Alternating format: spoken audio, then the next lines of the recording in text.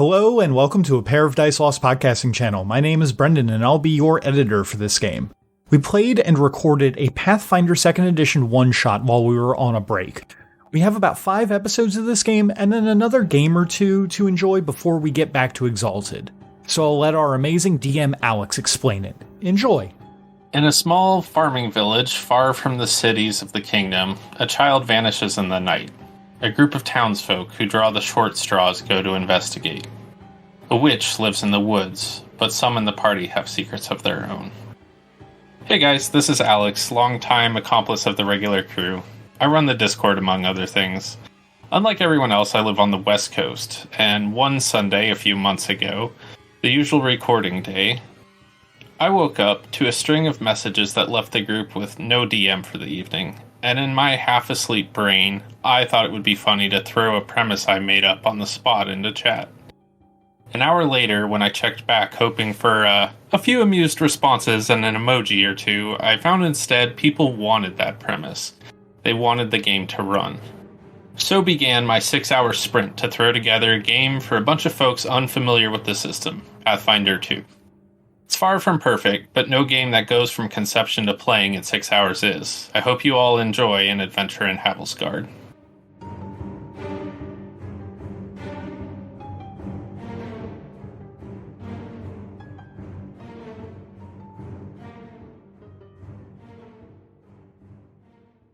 We begin in the town of Havelsgard. The ruins of an ancient dwarven fortress loom over the town below, a relic of the old dwarven hegemony. It is a crisp October this year. Harvests are in full swing in the fields, and it's a race against the coming frost. Havelsgard is a small settlement far off from the big cities. The town proper is tucked up against the lone bridge crossing the Snake River for dozens of miles in either direction. Farmhouses and their associated fields of crops and livestock pens circle the town for at least a mile. The old forest lurks beyond. Young Belle Hopkins, a farmer's daughter of about 9 summers, has vanished. Her mother, Mara, says that she heard goblin song drifting in from the woods to the north in the morning. Her parents are in a panic, and the townsfolk have taken the disappearance badly. She's the 3rd child in twice as many years to vanish. A mob of townsfolk have gathered, intent on finding the witch of the woods, who rumors swirl around. Perhaps she steals children to prolong her unnatural life.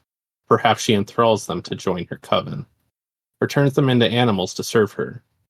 The one thing the townsfolk are sure of, the goblins are in league with the witch. Ultimately, the villagers decide it would be best to send a group of the most capable amongst you to search for the girl. A large mob would likely destroy footprints and warn off the witch. Besides, they need to be home to protect their children come nightfall, or to see that their animals are brought in, or a litany of other excuses. Most of which you know are excuses. Track the goblins back to the witch, rescue Belle if possible, and deal with the witch how you see fit. Our group here is everyone sans Cody for the moment. I'd like you to kind of introduce yourselves. All right, I'll start us off then. I am, hello, Brendon here playing Bokland, the dwarven historian slash bard. He is an older, a fairly old dwarf with a very big, like bushy red beard and mustache that covers his the entirety of his lower face, like many dwarves. His hair is thinning and going gray. And he's fairly short and stout. Again, like many dwarves, he is sometimes seen in the tavern drinking and singing songs of revelry, sometimes badly, sometimes well. But he is mostly known around town as the local scholar slash historian.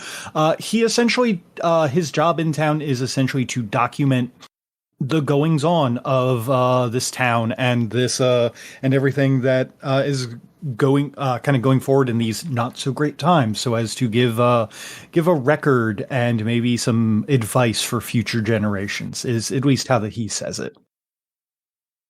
Cool. My name is Britt. I am playing Kiara Maros.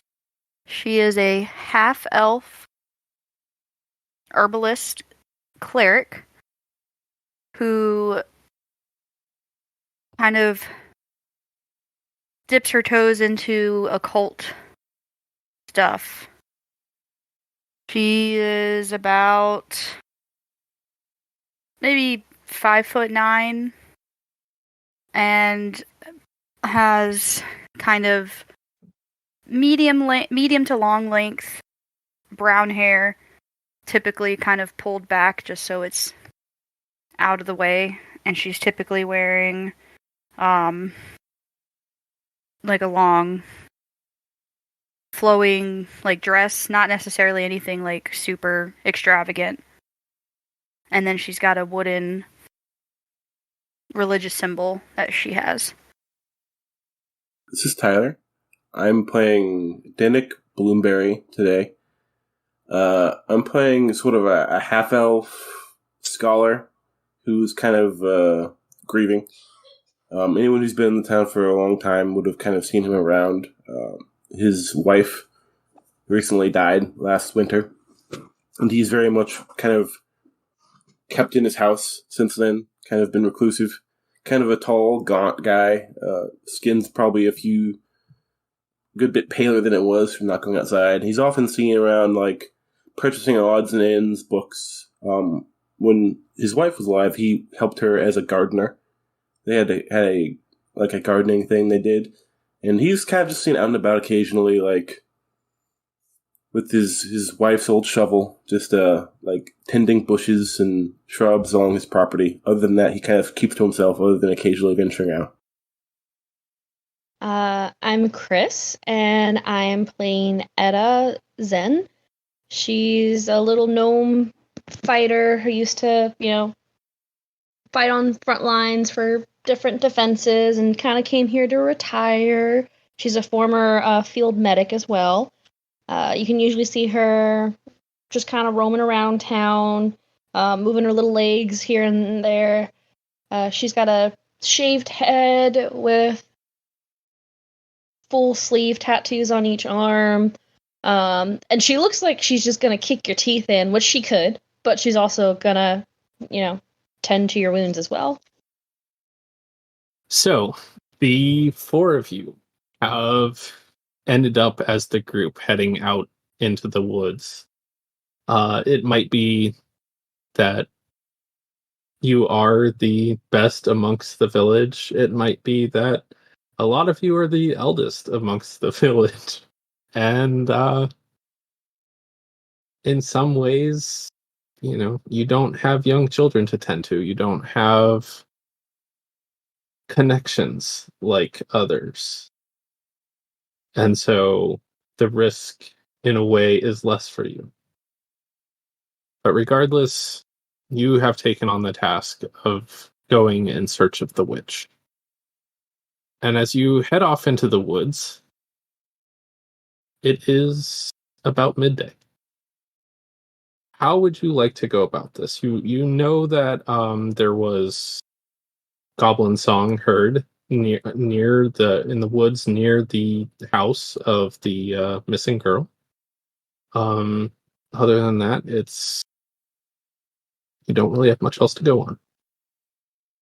I would want to start over by the girl's house. Is it located close to the woods, or is it? Relatively, yes. The road that runs through the town out to other communities and eventually the large city runs past their house, and the town is basically on the south side of this road, and the forest is on the north side. Was she taken from her home, or was she out and about? She disappeared in the night. That's about all you know. Then it kind of moves uncomfortably as he speaks up. Well, maybe we should check her home first. Maybe she was taken. Or maybe there's at least signs from around the home.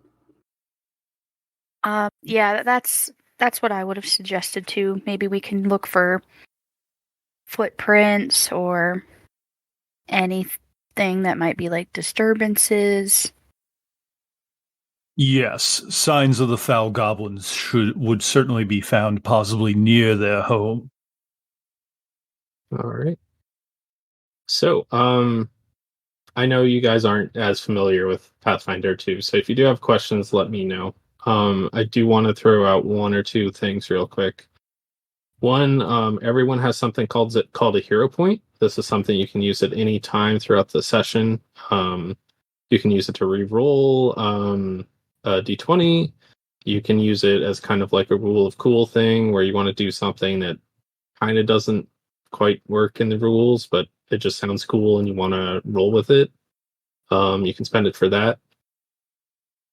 Also, if you just have questions about the system or you're feeling a little unsure, skills are a great place to look if you're doing out of combat stuff.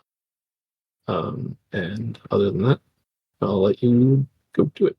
Yeah, actually, I do have a question. How do you gain hero points then?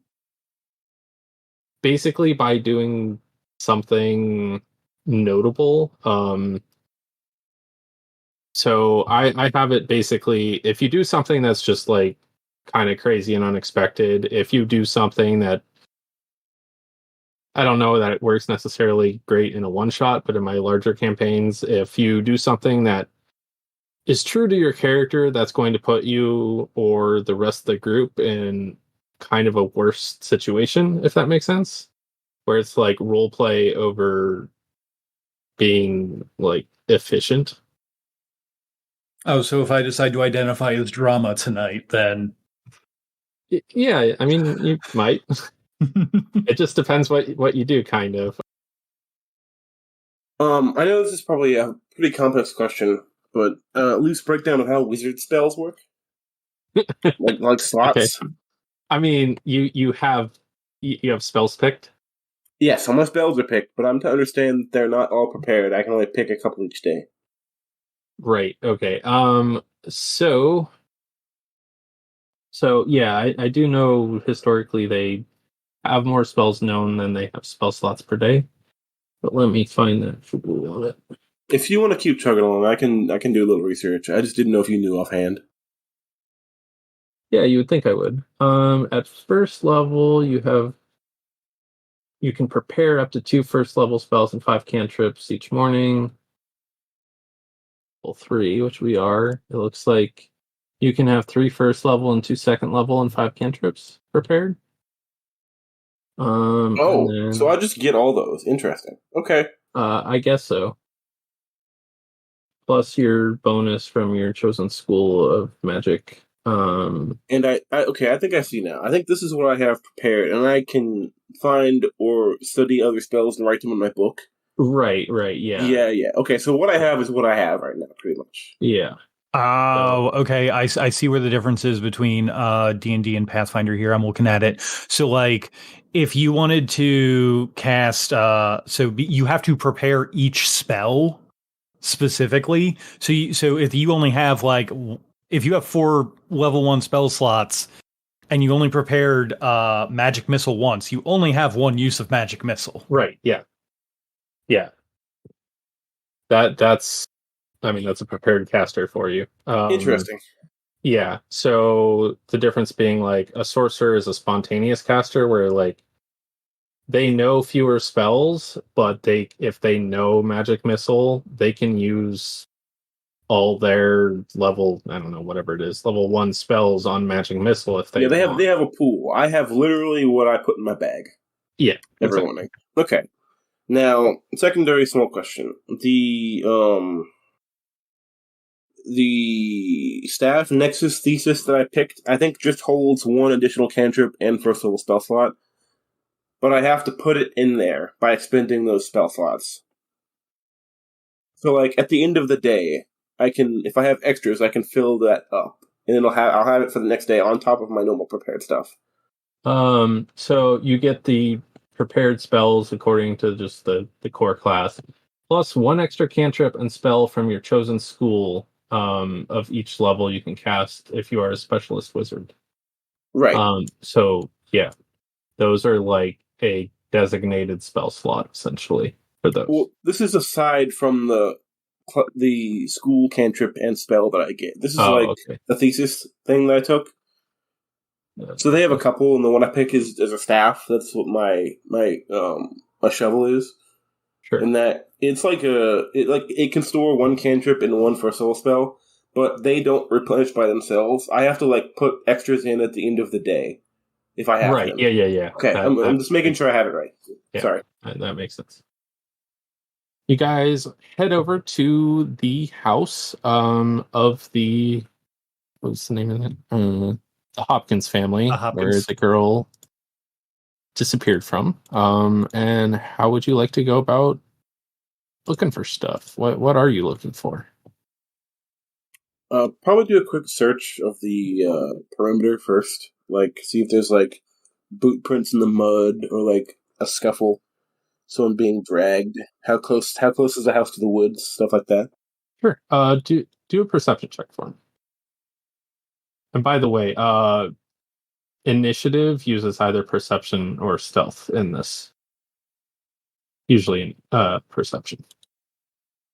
So what is perception on here? Because on my sheet, there's not an actual listing for the skill perception.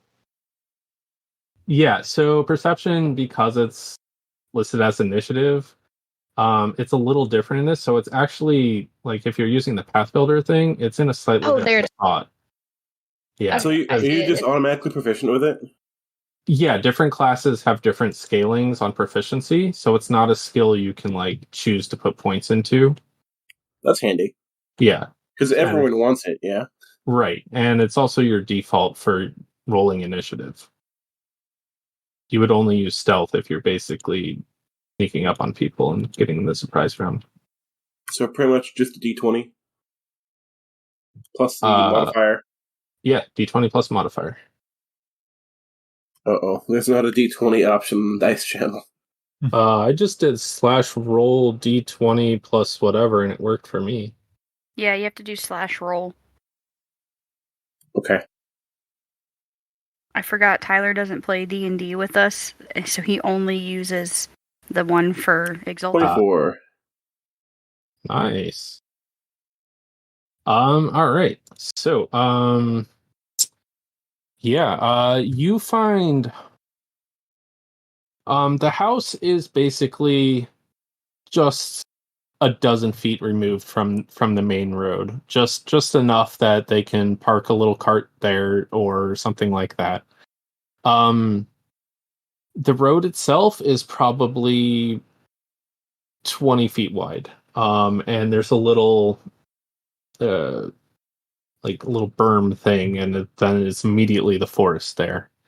Around the house there are all sorts of footprints. This is, it's somewhere where people live. You do notice in all that the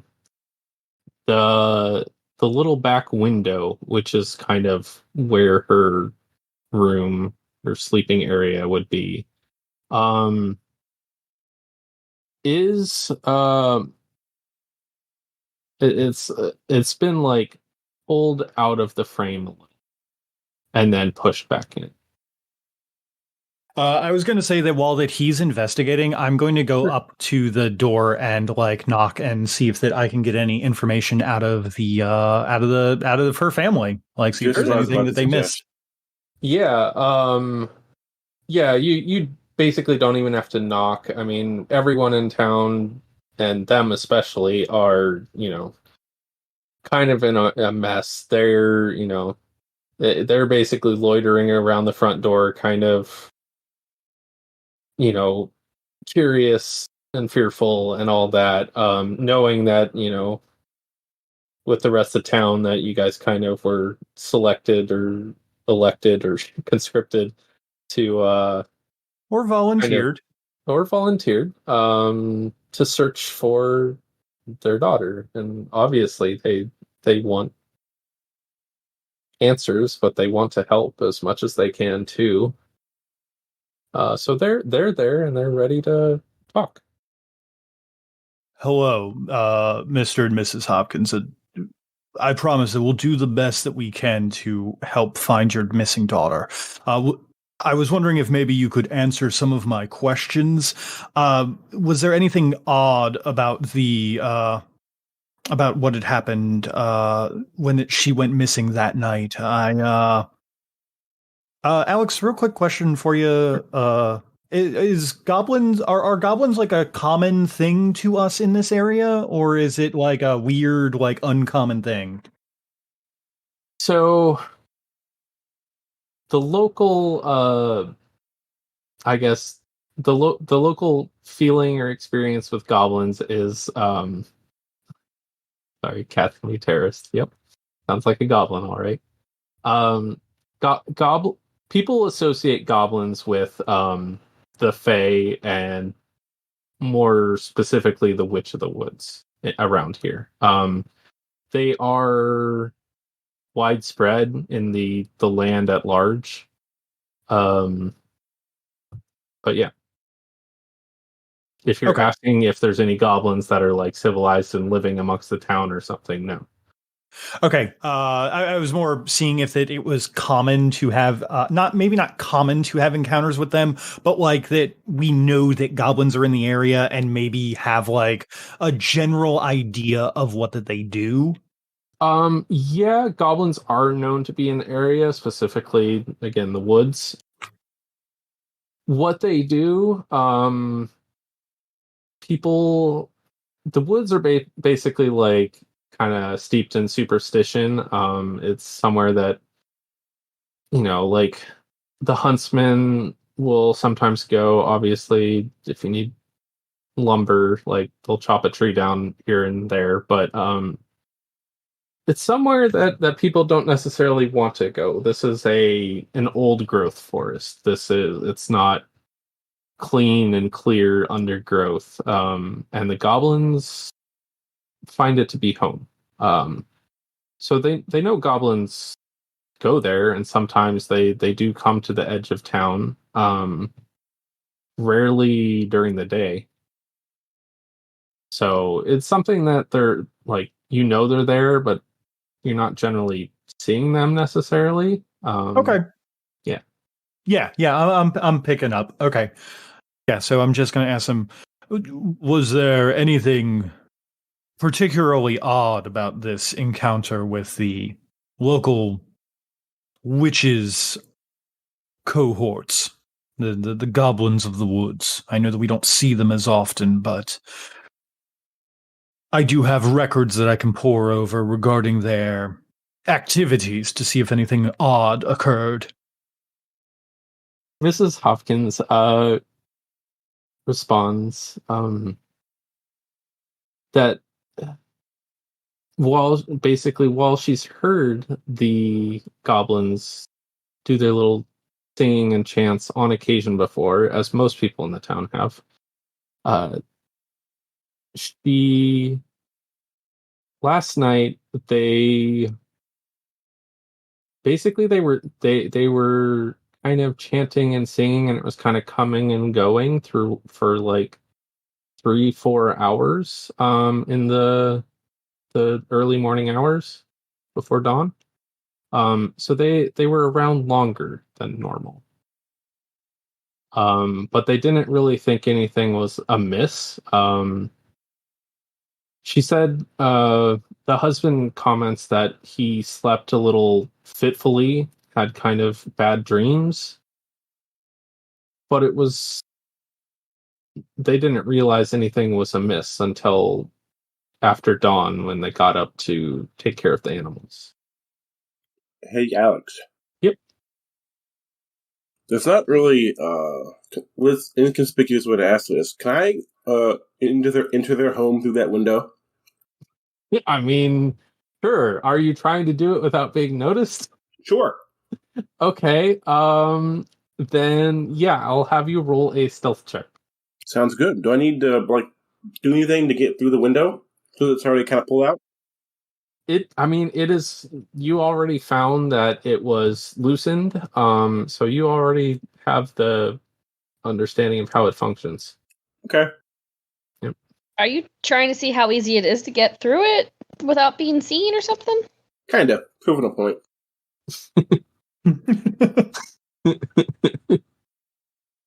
He did it. 23. Nice. So let me ask you something. Are you trying to just be unnoticed by them, or are you also trying to be unnoticed by Bokland, who is standing talking to them at the front door? Where is the room in relation to the front door? Okay, it's a fairly small house. It's probably like, I mean, you do have a line of sight, but it's at an angle, so it's not like super obviously right there. So I can kind of hear them talking then. Sure, yeah. Bokland can see me. That's fine. Okay. Then I would say that you slip in unnoticed. You pull the window, pull the window out and are able to slip through the window easily. Window frame. So are they're like facing out from the house, Yes. talking to Bokland, and yeah, I'm like they're on the side essentially room? like on the little step or porch or whatever. Is their door closed? What door? The front door? Yeah.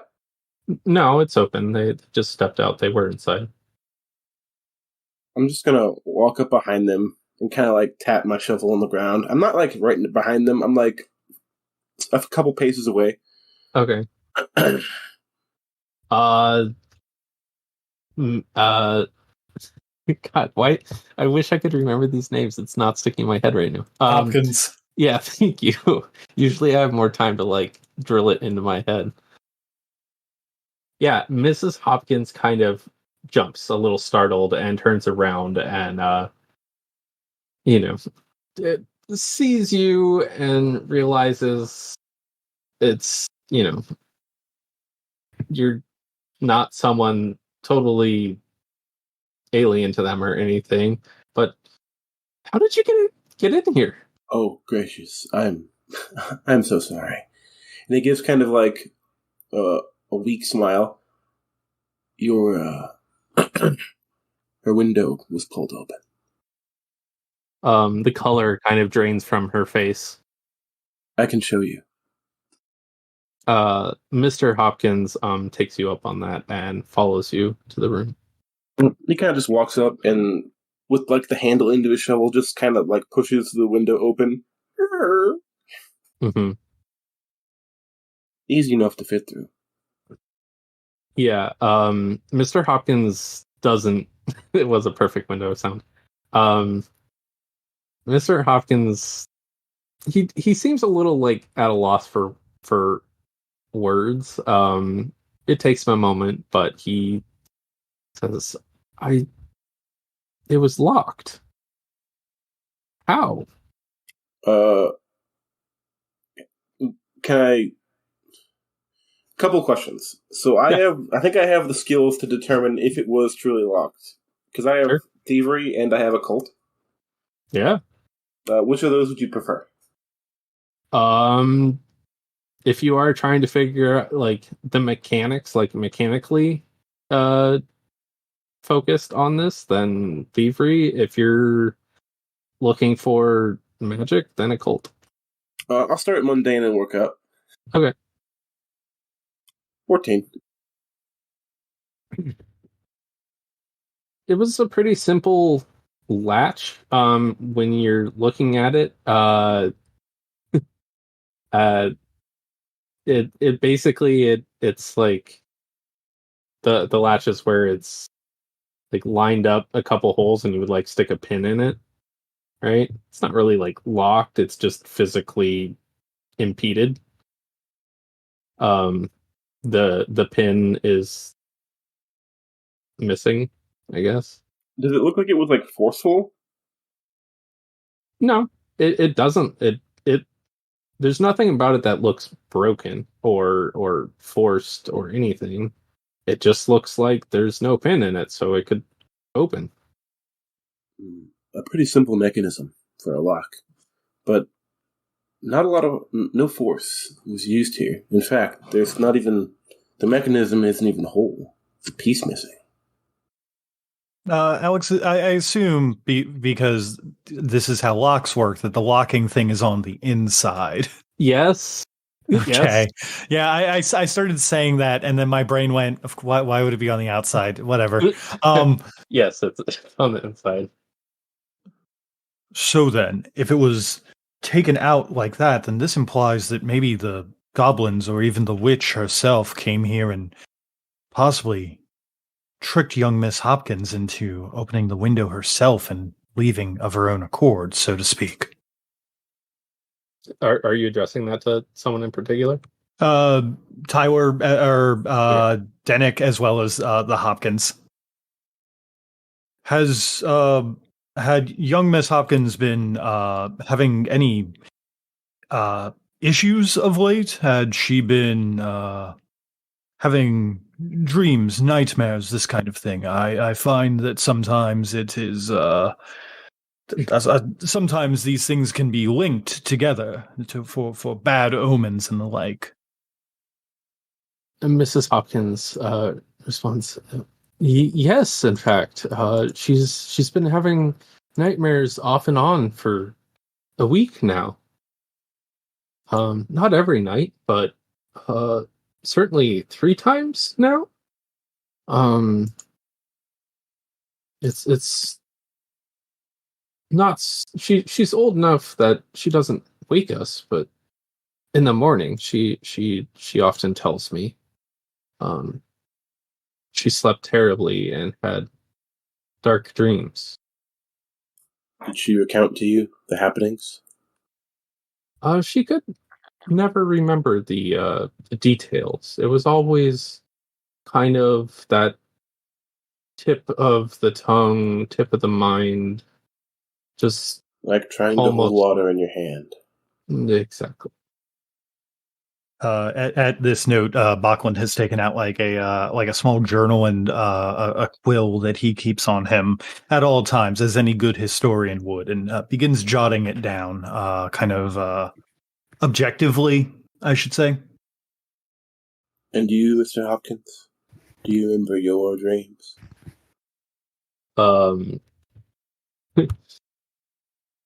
My dreams. No, I don't. I've felt that my terrible sleep has really been down to the pain in my shoulder. Everyone would pretty much be familiar with the fact that he basically like fell in the field, got like had an accident while plowing, and has received some magical healing, but it's apparently still bothering him. Magical healing can do. Indeed. Same with field work.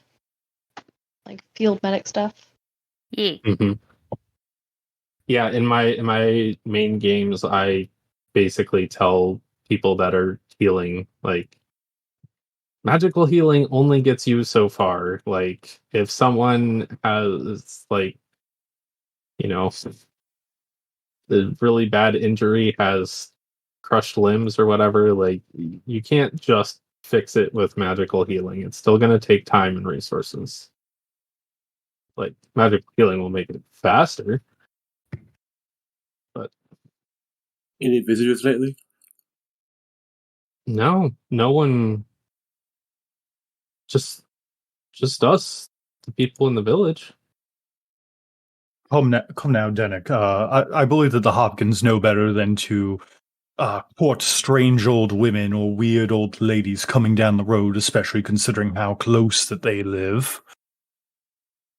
Alex, I'd like to cast Detect Magic, if I can. Sure, yeah. And I'd like to use Conceal Spell while I do so. Oh, okay. How does Conceal Spell read? Hiding your gestures and incantations within other speech and movement, you attempt to conceal the fact that you're casting a spell. If the next action you use is to cast a spell, attempt a stealth check against one or more observers' perception DCs. Yeah, okay, then roll a stealth and do your thing. Sure. Yeah. I'm going to. So perception DC, is that just like a thing that I have on my sheet then, or is that I roll? Yeah. against So them? perception DC. So I mean, generally that's versus. So perception. Well, any sort of skill DC or something like that is going to be 10 plus your basically your It's skill like passive modifier. perception, right? Yeah, basically.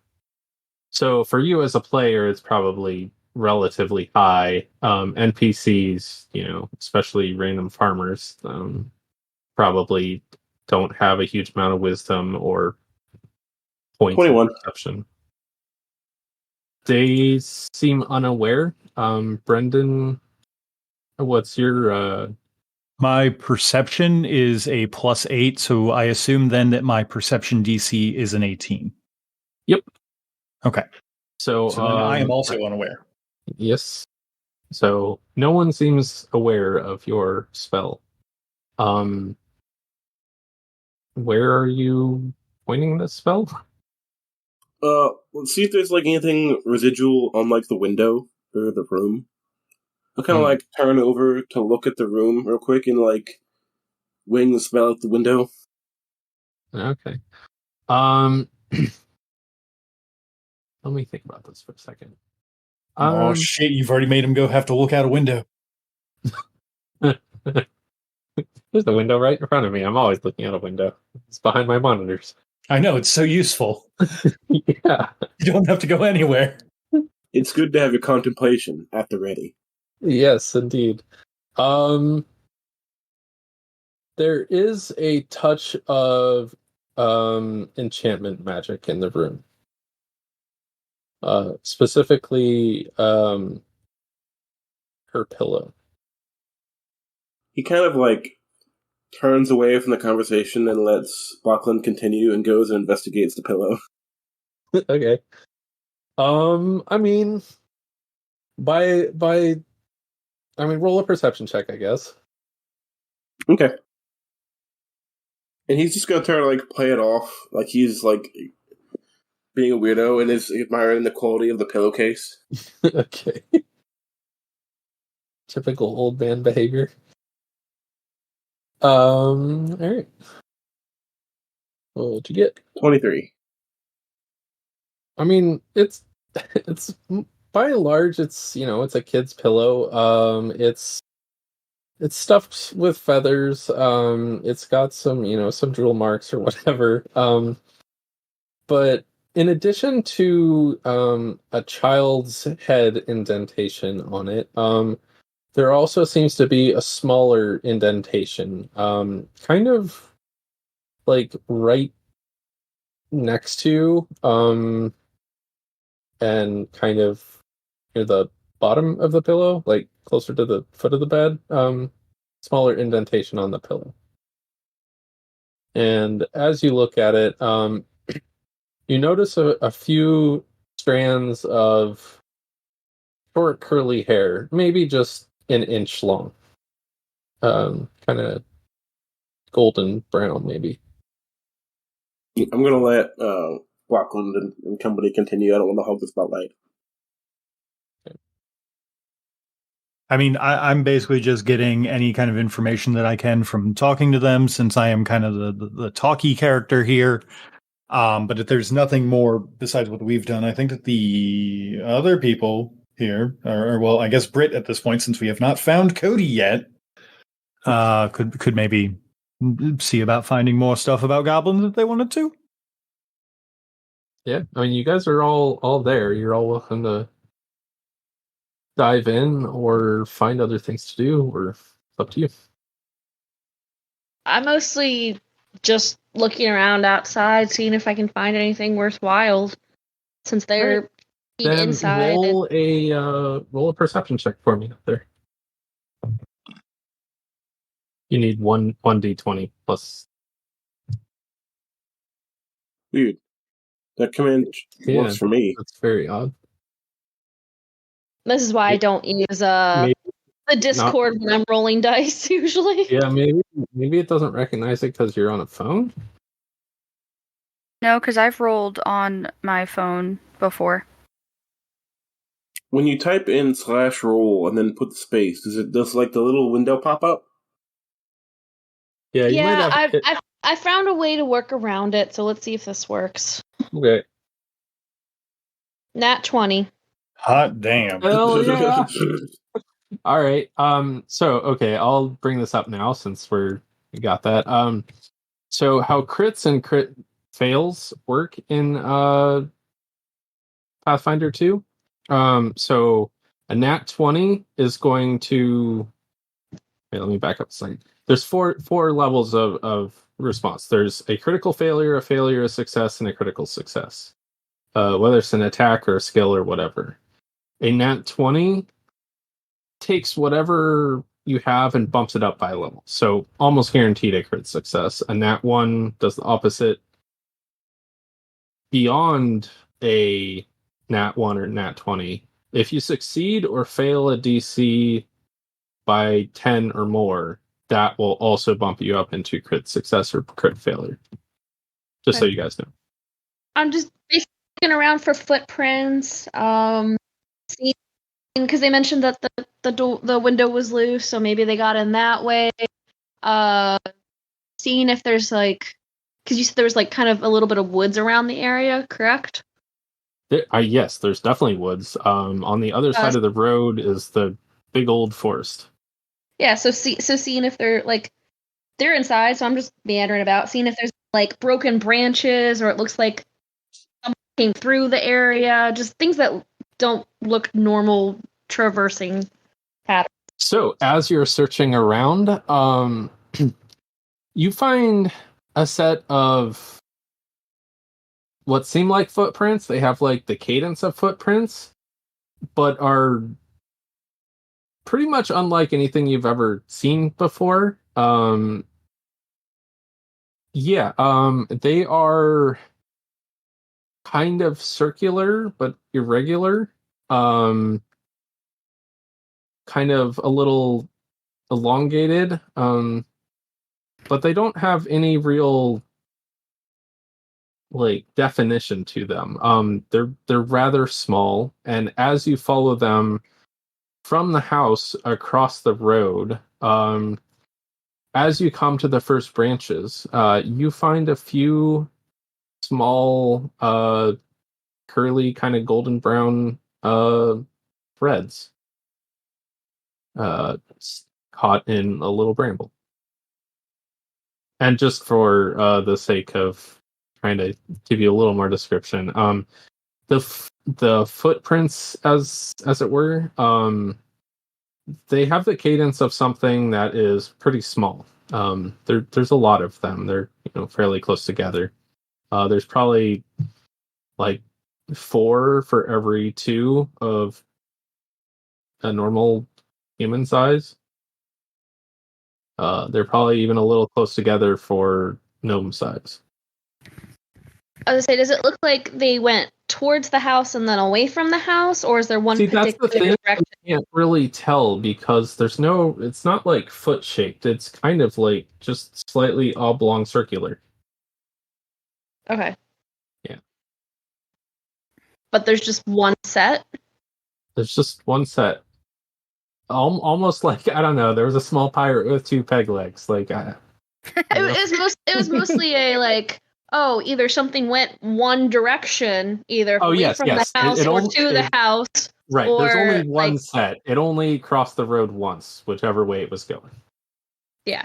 I just want to make it, because it's like, it's either they went one direction or it like went in its exact footprints on the way back, so it only looks like it went one direction. No, it didn't do that. I will promise you that with a nat 20 perception.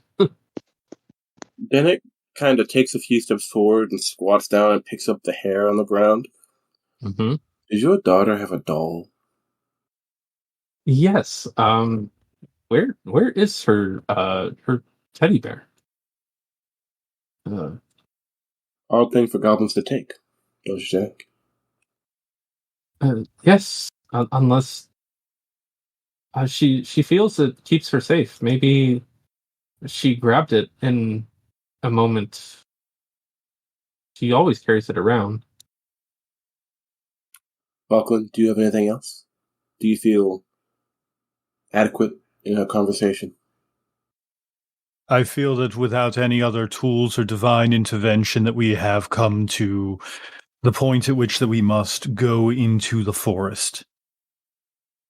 So, no, there's nothing more that can be gained here, I believe. Soon we shall return with your daughter, Mr. and Mrs. Hopkins.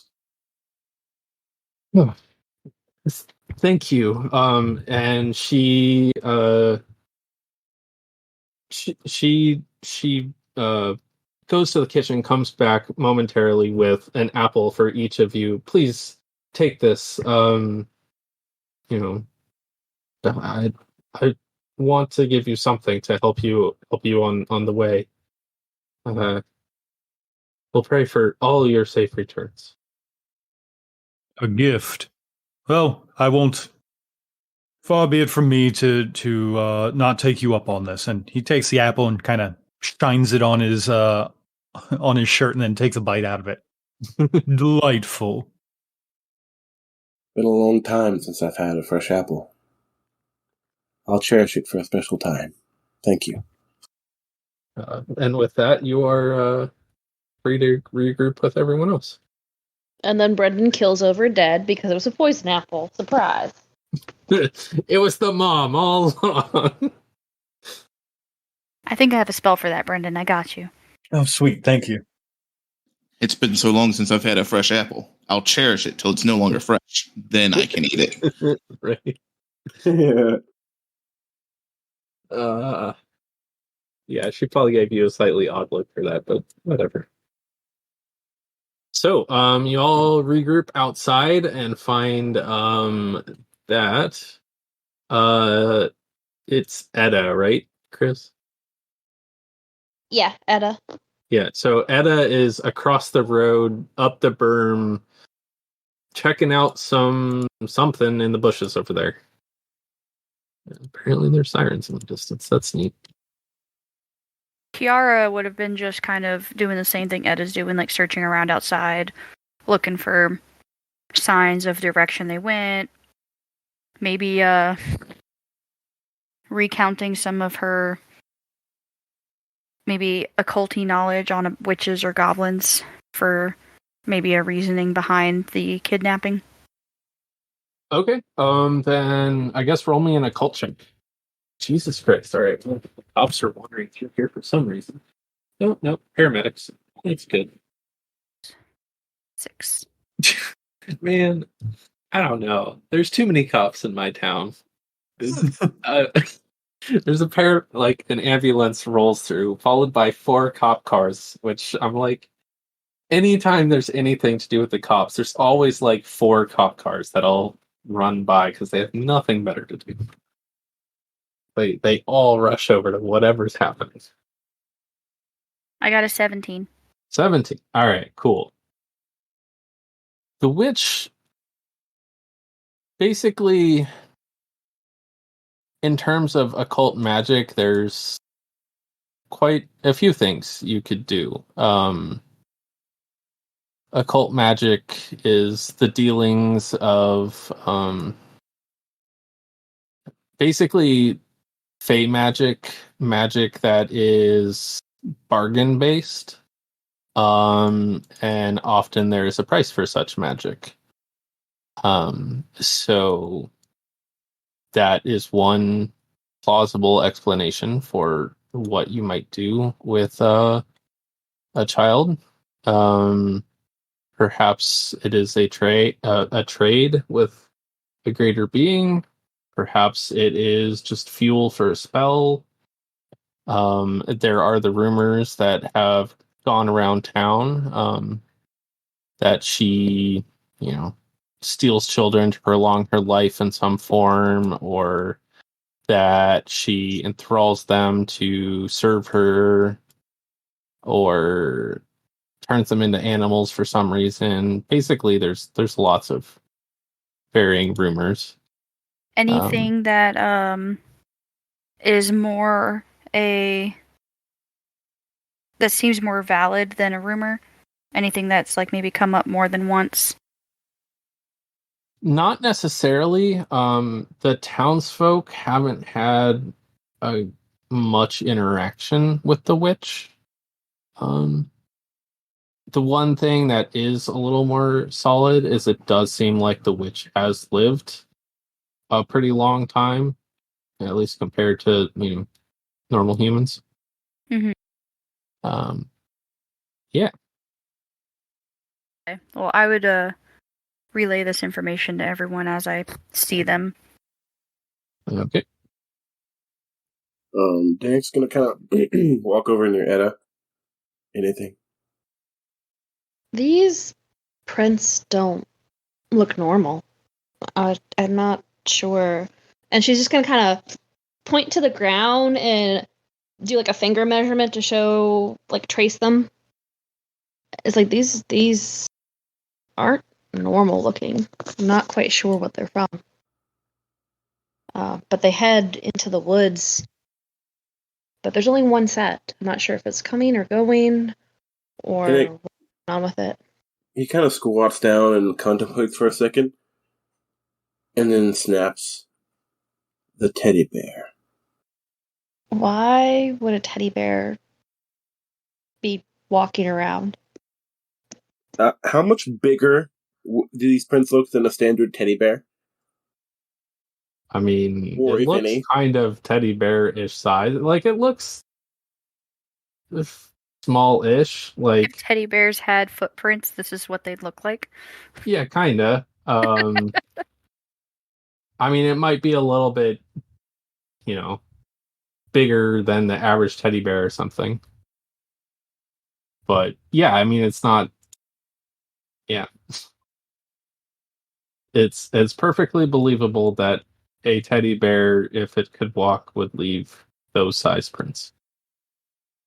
Dennick, are you suggesting that the teddy bear of young Miss Hopkins unlocked the window from the inside and took her into the woods then?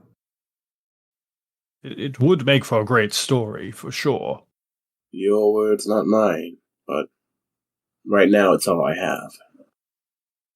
Well, maybe we should just go ahead and see where it leads, because that's all we have to go on right now, unless you guys found something helpful inside.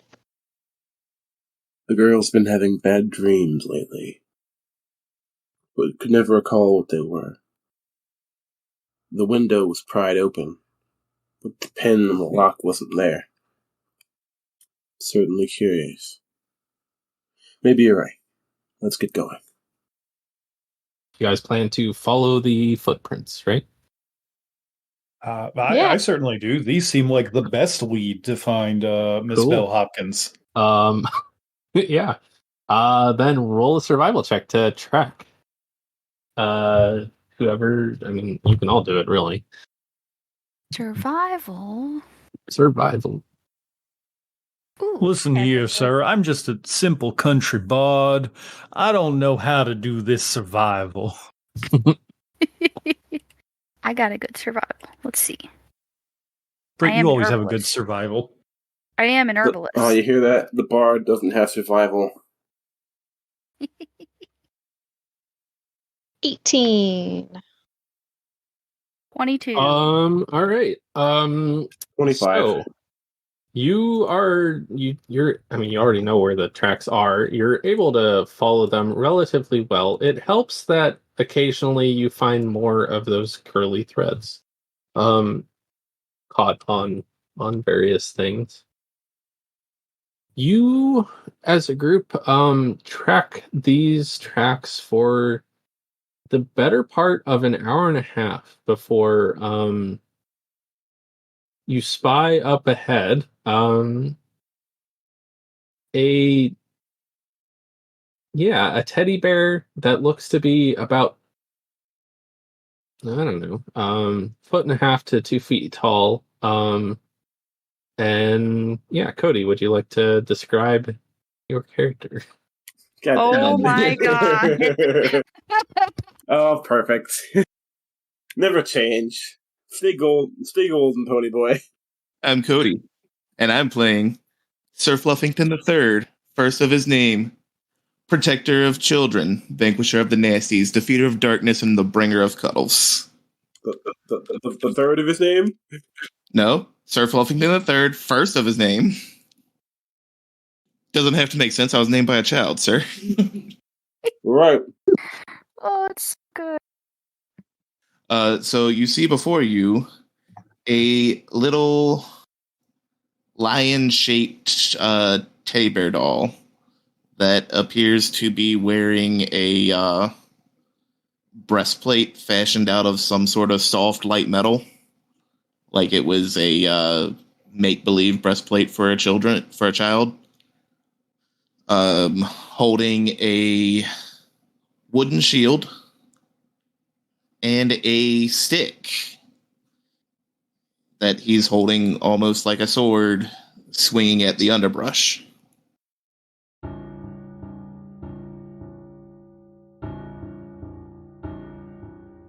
Thank you for taking the time to enjoy our show. If you liked what you heard, why not leave a review or tell a friend about us? It helps get the word out about the work we put into this show. If you wanted to ask us any questions, you can contact us through Twitter at apairofdicelost or email at apairofdicelost@gmail.com. The theme song for this game is Horrorific by Kevin MacLeod, used under a Creative Commons license. And for making it this far, remember to refresh those hero points.